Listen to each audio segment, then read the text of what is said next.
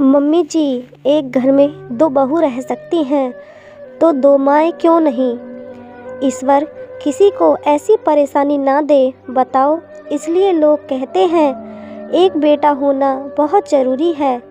अरे कल को भगवान न करे अगर पति ना रहा तो बेटा तो सहारा बनेगा। बेचारी हमारी बड़ी समधन पूरी दुनिया में अकेली हो गई। उन्हें क्या मालूम था इतनी जल्दी पति का साथ छूट जाएगा। अब करे भी तो क्या करें, इतने बड़े शहर में अकेले जीवन बिताना पड़ेगा। आशा जी अपने पति किशोर बाबू से कह रही थीं। किशोर बाबू बोले, भाग्यवान, परेशानी दरवाज़ा खटखटा कर नहीं आती। दोनों पति पत्नी नहीं कितनी धूमधाम से 4 साल पहले बेटी को विदा किया और जब हमारा पोता बबलू हुआ तो ढोल बाजे के साथ उसका स्वागत किया था। यहाँ तक कि हमारे सगे संबंधियों तक को भी बुलाया। वह हमेशा हमारे हर सुख दुख में सबसे आगे रहते थे। मुझे याद है वह कहते थे कि अब तो हमसे ही उनका परिवार है। आशा जी मुँह बनाते हुए बोली, सुनो जी, हमने क्या कुछ कम किया था।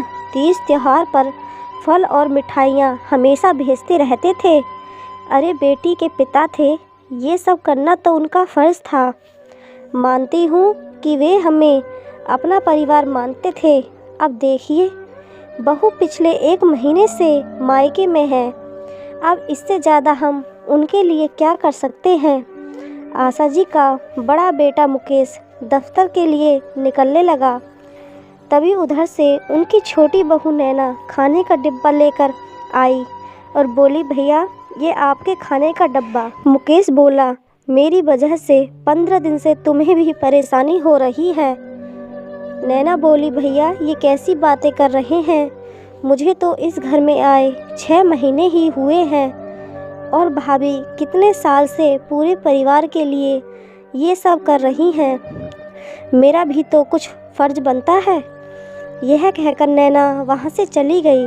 आशा जी मुकेश से बोली, मुकेश अभी 15 दिन हुए हैं, इसलिए छोटी बहू कुछ नहीं कह रही है। ऐसा न हो कि उसकी जिम्मेदारी बढ़ जाए और दूसरे काम मुझसे करवाने लगे। महीने से ऊपर हो गया, नेहा को पिता के जाने का शोक कब तक मनाती रहेगी। एक जिम्मेदारी निभाने के चक्कर में अपनी दूसरी जिम्मेदारी भूल गई है। मुकेश बोला, माँ आप ये देखिए, एक पत्नी और बहू होने के साथ एक बेटी भी है। उस घर में नेहा के सिवा मम्मी जी का ख्याल रखने वाला और कोई नहीं है। अभी तो बैंक का भी सारा काम उसे ही करना पड़ता होगा। फिर भी मैं उससे बात करूँगा, कोई ना कोई उपाय तो निकालना ही होगा ताकि वहाँ और यहाँ की परेशानी का कुछ हल निकल सके। इतना कहकर मुकेश दफ्तर चला गया। शाम में नैना को नेहा का फ़ोन आया। सबका हालचाल पूछा और वहाँ की परिस्थितियों के बारे में बताया। नेहा रो रही थी। वो बोली, नैना मैं क्या करूँ, मम्मी को यहाँ अकेले कैसे छोड़ दूँ। नींद में वह बड़बड़ाती रहती हैं और पापा के कमरे में जाकर उन्हें ढूंढती हैं। और कल तो बैंक में अचानक से बेहोश हो गई। डॉक्टर कहते हैं उन्हें अकेला नहीं छोड़ना। मेरी वजह से तुम्हें भी परेशानी उठानी पड़ रही है।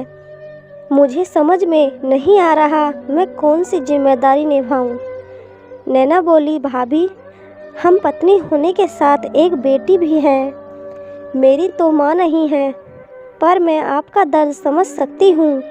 भाभी कल भैया और मम्मी जी की बातें मैं सुन रही थी तो मेरे मन में एक ख्याल आया। आप अगर सही समझें तो मैं एक सुझाव दूं जिससे कि दोनों जगह की परेशानियां ख़त्म हो जाएंगी। नेहा बोली, हाँ हाँ नैना बताओ ना, हो सकता है तुम्हारे सुझाव से सबकी परेशानी ख़त्म हो जाए। नैना बोली, आप ही सोचिए, एक घर में अगर 2 बेटे हैं, अलग अलग परिवार से वह बहू लाते, फिर मिलजुल कर एक ही घर में रहते हैं परिस्थिति बस अगर बहू की माँ भी बेटी के साथ ही रहे तो क्या दिक्कत है। जब एक घर में दो बहू रह सकती हैं तो दो माएँ क्यों नहीं रह सकती हैं। एक पल को नेहा रुक गई, फिर बोली, तुम्हारी सोच बहुत अच्छी है। काश कि समाज में सबकी सोच ऐसी हो पाती। यहाँ ऐसे नियम बना रखे हैं जो बेटी और उनके माता पिताओं के लिए ही हैं, पर मुझे कुछ न कुछ निर्णय तो लेना ही होगा। मैं माँ को ऐसी हालत में यहाँ अकेले तो छोड़ नहीं सकती। वहाँ नेहा परेशानी, घर पर मुकेश परेशान था। रात के खाने के लिए मुकेश ने मना कर दिया था। जब सब खाना खा रहे थे तो आशा जी बोली, बड़ी बहू को अपनी माँ की ही पड़ी है, पति की तो रत्ती भर भी चिंता नहीं है। नैना खाना परोसते हुए बोली, मम्मी जी, छोटा मुँह बड़ी बात हो जाएगी। भैया खुद को संभालने लायक हैं, परंतु भाभी की माँ भी इस हालत में नहीं कि वो अकेली रह सकें। आशा जी बोली, रहने दो बहू, अपनी जेठानी की ज़्यादा तरफदारी मत करो। यह दिक्कत तो अब साथ रहेगी तो क्या वह जीवन भर वहाँ रहेगी। माँ की आवाज़ सुनकर मुकेश आया और बोला, आप यह क्यों सोच रही हो कि मैंने परेशानियों के कारण खाना नहीं खाया। अरे मुझे भूख नहीं थी। ठीक है, आपकी खुशी के लिए एक रोटी खा लेता हूँ। आशा जी बोली, बेटा बहू लाई थी कि वह तुम्हारी चिंता करेगी, पर उसे तो अपनी माँ की चिंता से फुर्सत नहीं है। फिर तुम्हारी चिंता वह क्या ही करेगी। नैना बोली, मम्मी जी, जब आप अलग अलग घरों से बहू ला सकती हैं तो परिस्थितिवश बहू की माँ को क्यों नहीं ला सकती। आशा जी बोली, छोटी बहू क्या कह रही हो, सोच समझकर बोलो। नैना मुकेश से बोली, भैया एक बार सोच कर देखिए, भाभी की माँ को देखने वाला अब इस दुनिया में कोई भी नहीं है। हम दोनों अलग अलग घर के होते हुए भी एक घर में रह सकते हैं, तो भाभी की माँ और मम्मी एक घर में क्यों नहीं रह सकती। जबकि लड़की की माँ दामाद को बेटों से कम नहीं मानती। उस हिसाब से तो आपका भी फर्ज बनता है कि आप अपनी जिम्मेदारी निभाएं।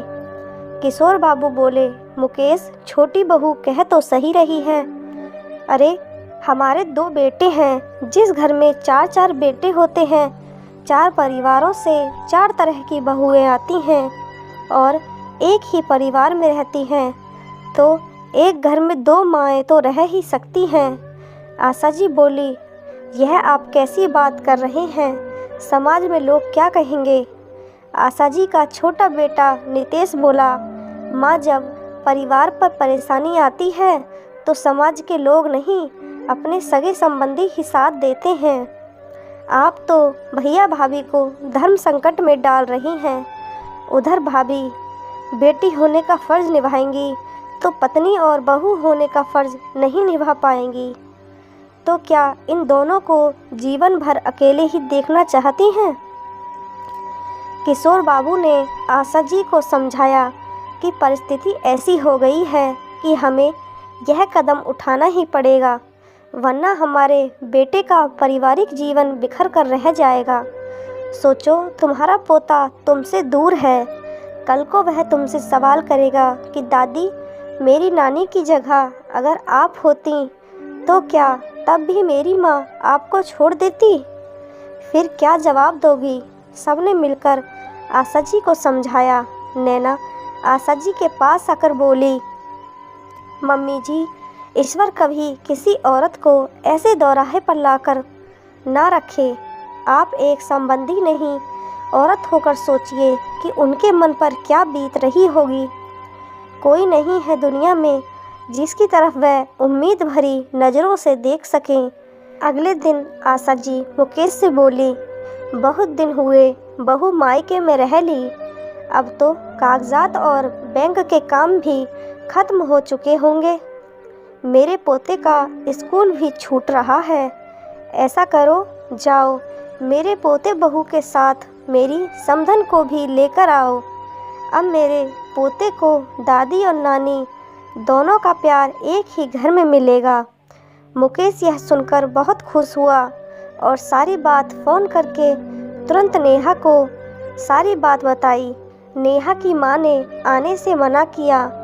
फिर आशा जी ने फ़ोन करके उन्हें समझाया और बोली, अगर अपनी बेटी की गृहस्थी बसाने में उसकी मदद करना चाहती हैं तो आप यहाँ आकर रहिए। हम दोनों मिलकर इस परिवार को अपने अनुभवों से चलाएंगे।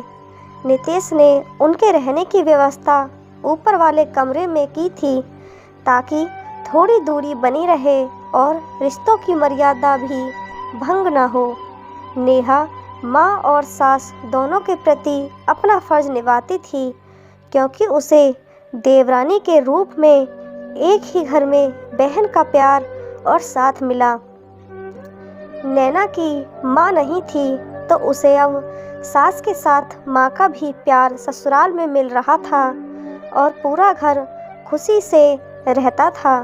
दोस्तों, भगवान न करे किसी माँ के साथ ऐसी परिस्थिति आए कि उसे अपनी बेटी के ससुराल में रहना पड़े, परंतु अगर कभी परिस्थिति ऐसी आए तो क्या दामाद और संबंधियों का फ़र्ज़ नहीं बनता कि वह भी अपनी जिम्मेदारियों को आगे बढ़कर निभाएं, ताकि अकेली बेटी को ऐसी परिस्थितियों से ना गुजरना पड़े।